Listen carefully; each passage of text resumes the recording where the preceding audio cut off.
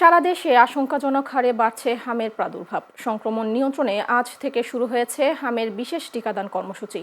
৬ মাস থেকে ৫৯ মাস বয়সী শিশুরা এই টিকা পাবে। কেউ আগে পেয়ে থাকলেও চলমান ক্যাম্পেইনে টিকা নিতে পারবে।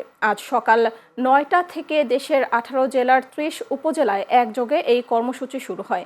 এদিন সকালে ঢাকার নবাবগঞ্জে হামের টিকাদান কর্মসূচির উদ্বোধন অনুষ্ঠানে স্বাস্থ্যমন্ত্রী সরদার মোহাম্মদ সাখাওয়াত হোসেন জানান, বরগুনা, পাবনা, চাঁদপুর, চাঁপাইনবাবগঞ্জ, নাটোর এবং যশোর সহ মোট ১৮টি জেলার ৩০টি উপজেলাকে এই বিশেষ কার্যক্রমের জন্য নির্বাচিত করা হয়েছে।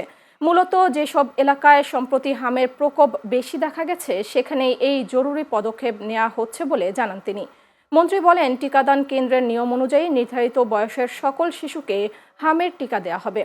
টিকার পাশাপাশি শিশুদের ভিটামিন এ ক্যাপসুল খাওয়ানো হবে। এছাড়া ৩ মে থেকে বাকি জেলা উপজেলায় হামের টিকা দেওয়া হবে। আমরা মাত্র ১ মাসের ভিতরে একটা বৃহত্তর টিকাদান কর্মসূচি আমরা আজকে শুরু করলাম। স্বাস্থ্যসেবার সকল দিকে আমরা হস্তক্ষেপ করেছি, সকল দিকে আমরা উন্নয়ন আনতেছি।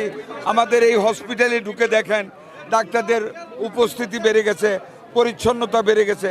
সকল দিক থেকে একটা কথা বলে রাখি, এই ১৭ বছরের জঞ্জাল, over the night we can't finish, but we are fighting. আমরা যুদ্ধে জিতব। তারেক রহমানের নেতৃত্বে এই বিশ্বাস নিয়ে সামনে এগিয়ে যাচ্ছি। আপনাদের সহযোগিতা কামনা করি।